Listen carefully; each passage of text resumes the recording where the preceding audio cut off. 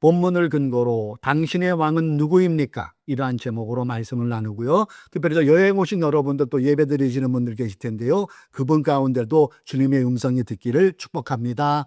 아멘. 당신의 왕은 누구이니까? 일전에 제가 어느 분과 대화를 나눴는데 이분도 교회 생활을 우리 집사님만큼 오래 하신 분이죠. 그분께서 여러 가지 얘기하다가 좀 근심 어린 말로 이런 말씀을, 푸념 섞인 말씀을 말씀이 기억이 납니다. 목사님, 교회도 형편이 어느 정도 돼야 대접받는 것 같지 않아요? 그 물음 속에 제 마음이 좀 무거워졌던 그런 기억이 납니다. 교회는 우리가 호칭하기를 형제님, 자매님 이렇게 말하지요. 그러나 안타깝게도 보이지 않는 줄이 그어져 있다는 것, 여러분은 어떻게 생각하시나 모르겠어요. 유력한 자가 교회를 방문하면은 뭐 재벌 회장이나 정치인이나 잘 나가는 사람이 오면은 대부분의 다니는 교회, 그 대부분 큰 교회 목사님들은 나가서 마중을 하지요. 그런데 그다음 평범한 사람들은 부교역자들이 그렇게 마중을 하는 경우가 많이 있어요. 화면을 한번 보세요. 어느 분이 대형 교회인지 이렇게 오니까 그 목사님이 예배 전에 가서 따뜻하게 환영을 합니다. 근데 여러분 디테일로 들어가면은 이 주일날 이 교회 앞마당에 주차 아무나 못해요. 그 정도로 특별 대우를 하고 있는 거예요. 거기에 보일 듯 말 듯한 어르신 보이죠? 저분의 눈빛을 여러분 보세요. 섭섭한 마음, 씁쓸한 그 눈빛이 이 사진에서 우리에게 보여주고 있어요. 헌금을 많이 하는 사람, 직분이 높은 사람, 지역에서 영향력이 있는 사람들은 교회를 가면은 대우를 받고 맨 앞자리에 앉게 해요. 그러나 평범한 이름 없는 그냥 서민들은 가면은 한 새신자 환영 그쪽으로 이렇게 안내를 하게 됨을 보게 돼요.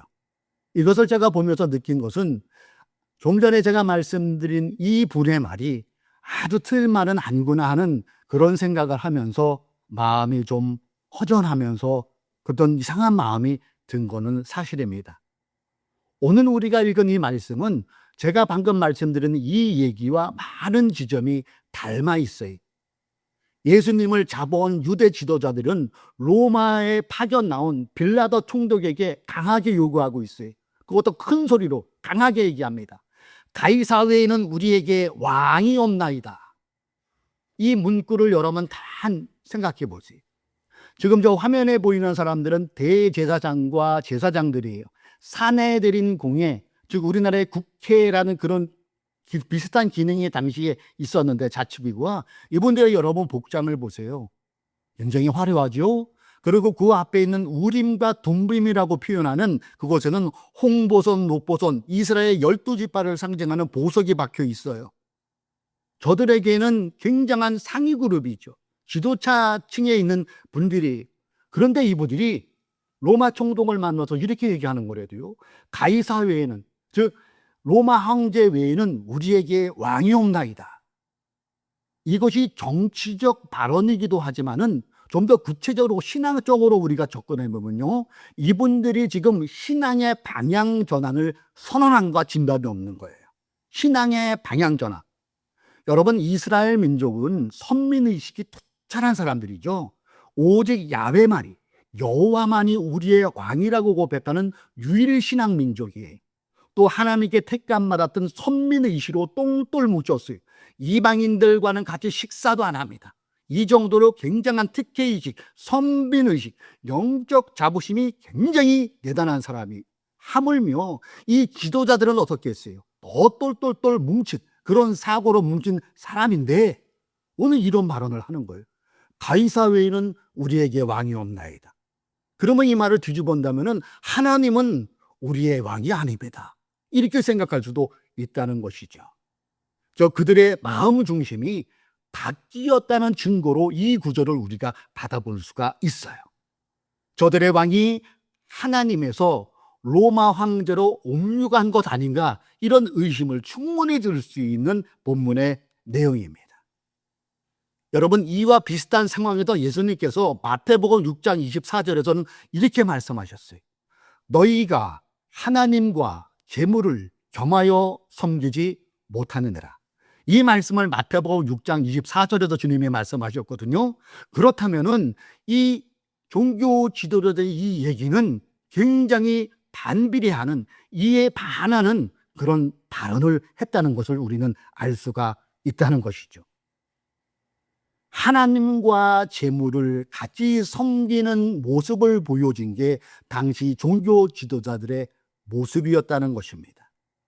여기서 주님의 말씀하시는 재물을 우리는 흔히 만몬이라고 합니다. 만몬은 단순한 돈을 뛰어넘어서 돈을 신처럼 대하는 것, 이것을 만몬이라고 생각하시면 좋을 것 같아요. 돈을 신처럼, 돈 그 자체는 의미가 없지만은 돈을 내 인생의 목표로, 오직 돈이 최고다, 돈이 1순위다, 이것이 만몬이 된다는 것이죠. 여러분, 물론 돈 필요합니다. 안 필요한 거 아니잖아요. 우리가 교회를 운영할 때도 일정한 돈이 있어야 지출이 되고요. 가게 생활도 일정한 돈이 있어야 가능해요. 이것을 부정하는 게 아니죠. 문제는 그것이 돈이 내 인생의 모든 목표가 되면은 그것이 내 인생의 왕이 되는 것이고, 그것이 더 나아가 하나님과 반하는 이런 행동의 결과가 초래한다는 거예요. 이처럼 오늘 본문에 나오는 유대 지도자들이 외친 돈 외에는 우리에게 왕이 없나이다, 이런 꼴이 돼버렸다는 것이죠. 언제부터인가 교회 안에서도 VVIP라는 용어가 회자되고 있어요. 누군가가 천상을 보고 이것을 만든 용어겠지. 누군가에는 교회 안에도 특별 대우, 누군가에게는 특별한 자리, 누구에게는 특별 신방. 대형 교회는요, 여러분, 몇만 명에서 많게는 80만 명이 있어요. 80만 명이면 옛날 기준으로 우리나라 전체 그 군인보다 더 많은 숫자죠. 어느 교회는 동시에 하나 둘 셋 하고 꽝 뜨면은 서울시가 착착착 흔들릴 정도로 진동이 온다는 그런 우스운 얘기도 있을 정도예요. 그런데 그 교회 여러 가지 장점도 있지만 단점이 뭐냐면요, 그 교회에 나가는 신자들은 50년을 나가도 담임 목사님 신방을 한 번도 못 받고 돌아가시는 분들이 계시다는 거예요. 이거는 좀 생각해 보아야 될 문제죠. 그런데 돈이 많고 영향력이 있는, 예를 들어서 국회의원이나 기업자 사장이나 이런 분들은 1년에 두세 번씩 신방을 해요. 특별한 거 아닌가요? 여러분, 교회 안은요, 헌금을 많이 낸 사람도, 적게 낸 사람도, 아니면 형편이 그래서 못 낸 사람도 교회 안에서는 똑같아야 돼야 돼요. 이것이 하나님의 마음이라는 거예요. 하나님께서 우리 사람을 창조하셨잖아요. 그 아들 하나뿐인 예수를 이 땅에 보내서 피 흘려 죽게 하고 제사 안 받게 하고 구원 받게 했잖아요. 하나님 입장에는 10손가락이 똑같은 거예요. 돈이 많은 사람이든 적든 자는 병든 사람이든 아니면 건강한 사람이든 10손가락과 같아. 깨물으면 다 똑같은 교회예요. 그리고 교회는 하나님의 모습을 보여주고 하나님 안에서 작은 천국을 모형으로 보여주는 교회는 이러한 모습을 따라가야 되고 이러한 모습을 실천할 수 있어야 돼요. 문제는 지금 우리가 생활하고 있는 모든 교회들이 다 그렇지 않지만은 일부에서는 이 만몬이 마치 종교 지도자들이 다이 사회에는 우리에게 왕이 없나이다, 이런 외침처럼 말은 안 하지만 보여지는 행태, 보여지는 여러 가지 구조 속에서 만몬이 교회 안에 여실히 들어와 있음을 보여주는 그런 안타까움을 우리는 보게 되고 있다는 것이지요. 제사장들이 그를, 즉 예수를 십자가에 못 박게 하소서 외쳤을 때 제사장들만 그렇게 얘기한 것이 아니라 군중들도 여러 번 따라했다는 걸 아세요? 이 화면을 보세요. 예수님이 십자가를 가시관을 쓰고 빌라도 뜰 앞에 탁 서 있는데 군중들이 외치는 거예요. 종교 지도자들이 그를 예수를 십자가에 못 박아라 했더니 따라서 외치는 거예요. 왜 그랬을까요? 그래도 지도자잖아요. 율법을 많이 하고 소위 하나님의 말씀을 많이 하는 저들이 주장하는 거니까 맞겠거니, 즉 아무 생각 없이 종교 지도자들이 하니까 맞겠거니 따라하는 사람들이 있었을 거예요. 그리고 여기에는 무서운 마음도 아마 있었을 것 같아요. 괜히 반대했다가 실권을 갖고 있는 저 사람들이 나 힘들게 하면 어떡하지? 이런 마음도 없지 않아 있었을 거예요. 그런데 여러분, 이렇게 예수를 십자가에 못 박아서서 같이 따라하던 저들 중에는 오병이의 기적의 그 현장에 있는 사람들도 있었을 거예요. 또 계시고는 예수님께서 안수하던 말씀으로 예수님의 신적 본능으로 병 고침 받은 사람들도 있었을 거란 말이죠. 그런데 왜 이렇게 따라서 할까요? 종교 지도자들의 말이 맞겠거니 하는 그 막연한 생각 더하기 두려움 더하기 눈치 또는 현실의 무게가 이들을 이렇게 만들 수 있었다는 것이죠. 여기서 우리는 질문을 할 수 있어야 돼요. 본문 속의 군죽을 보면서 저와 여러분 내 자신에게도 한번 물어봐야 된다는 거예요. 그것은 혹시 우리 또한 당시 군중등처럼 주님을 다시 십자가에 못 박는 그런 일에 동조하거나 무기하거나 방관으로 일삼고 있지 않나요? 지금 내 신앙을 면밀히 들여다볼 수 있어야 된다는 거예요. 우리는 예수를 믿는다고 말합니다. 그리고 오늘도 예배당에 나와서 예배를 드려요. 그러나 지난 한 주간을 돌이켜보세요. 혹시 돈 때문에 아니면 체면 때문에 마지못한 생계 때문에 세상의 눈치 때문에 순간의 이익 때문에 예수님 잠깐 계셔야 하고 예수님이 원하지 않는 그 방향으로 우리가 마음이 틀어지지 않았나를 한번 돌이켜볼 수 있어야 된다는 것이죠. 예수님이 오늘 이 자리에 계시다면, 이 자리에 다시 오신다면 정말 우리는 주님의 편에 설 수 있는가도 한번 물어볼 수 있는 것이 오늘 본문에서 보여주는 우리 마음의 체크 상태라는 것입니다. 이렇게 진행된 편파적 재판은 주님을 십자가에 달리고 선고가 내려지 몇 분 되지 않은데 그냥 땅땅땅하고 금요일 날 십자가에 못 박히셨어요. 주님을 향해 열광하는 사람들은 예수님이 십자가에 못 박혔을 때 주님의 향해 열광하던 사람들 하나도 안 따라왔어요. 그저 먼 발치에서 눈치만 보고 있었어요. 그리고 우리가 다음 시간에 살펴볼 이 내용을 보면은 그 중에 예수님이 십자가에서 피 흘리고 있는 그 6시간 전후의 시간 동안에 소수의 사람들이 그 십자가에 있었음을 성경은 기록하고 있더라고요. 그의 육신의 어머니 마리아와 그의 친척 그리고 제자 중에는 멀리 있었는지 도망갔는지 성경은 구체적으로 얘기를 하고 않지만은 분명한 한 사람이 그 소수에 있었다고 성경은 기록하고 있어요.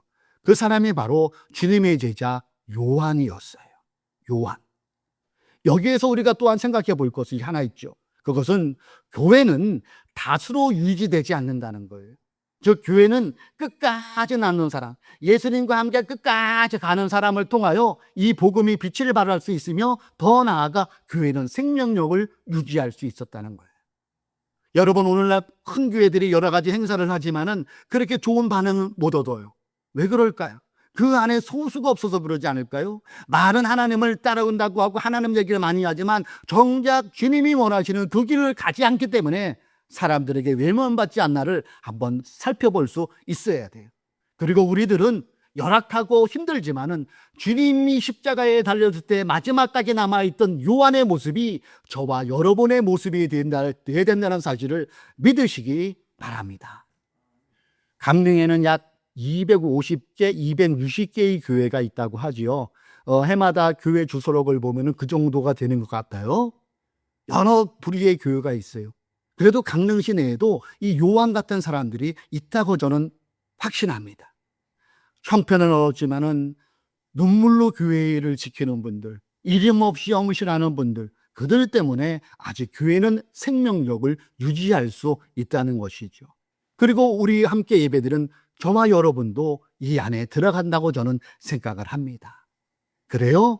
교회는 다수가 이끌어가는 것이 아니에요. 진정한 교회의 생명력은 십자가 밑에 요한처럼 소수이지만 오직 주님을 바라보는 그 사람 속에 오늘날에도 복음의 빛은 발할 수 있으며 그 속을 통하여서 그 모습을 통하여 하나님은 영광받고 있다는 사실을 오늘 위로를 받으시기를 주님의 이름으로 축복합니다.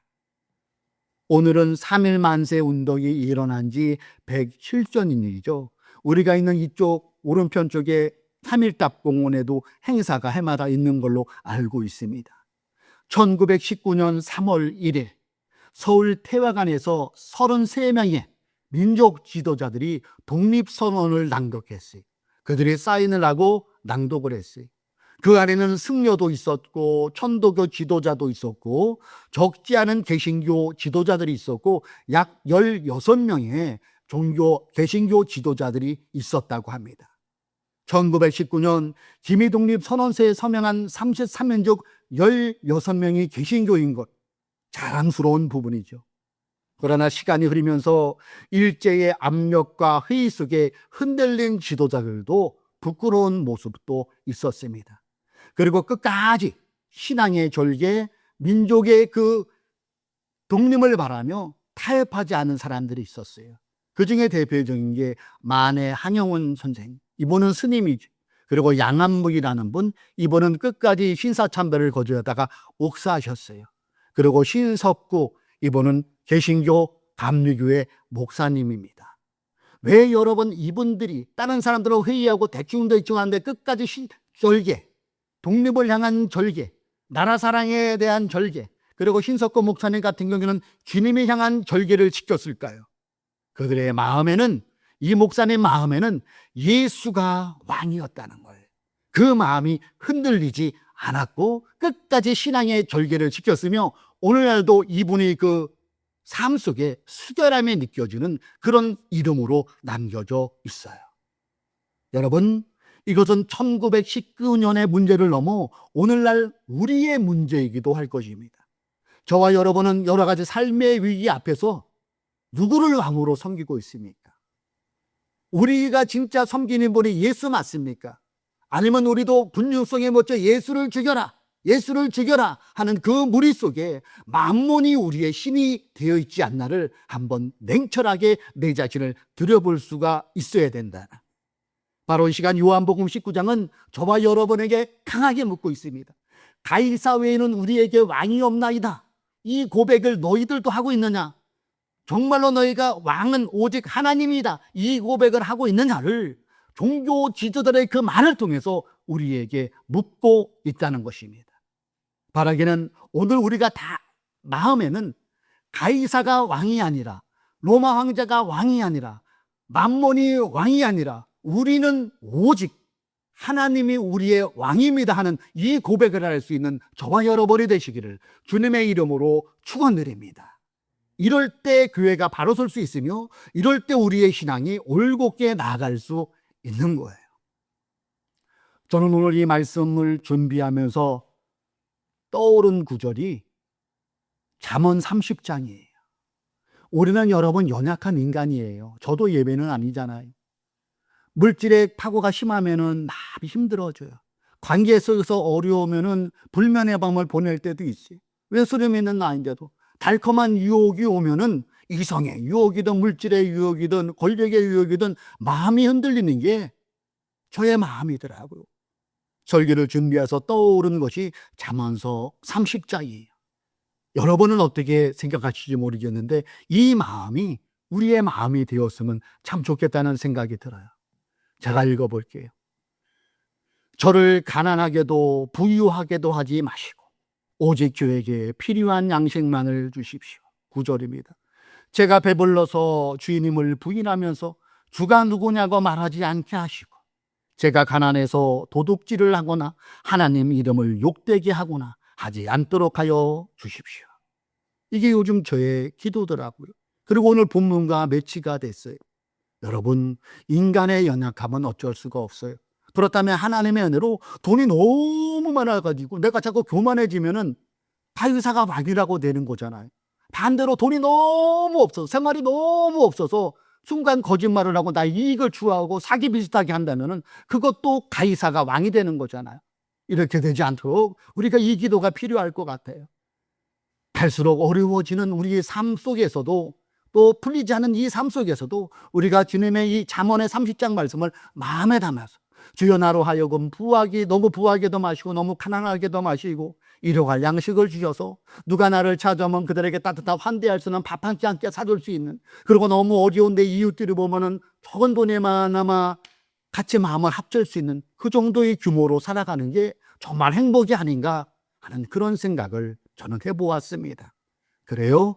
우리는 누가 뭐래도 하나님을 믿는 사람입니다. 동의하십니까? 그렇다면은 가이사가 왕이 되어서는 안 돼요. 만몬이 왕이 되어서는 안 됩니다. 물론 돈은 필요해요. 그러나 내 인생의 모든 것을 거기에 걸 수는 없는 게 믿는 신앙인들이에요. 오직 우리의 왕, 우리가 섬기고 따라갈 분은 예수 그리스도, 그분 한 분의 힘을 우리가 마음에 새기고 더욱더 그분의 길을 잘 따라감으로 정말로 왕을 따라가는 자답게 우리가 살아가는 참 신앙인이 되기를 주님의 이름으로 축원합니다.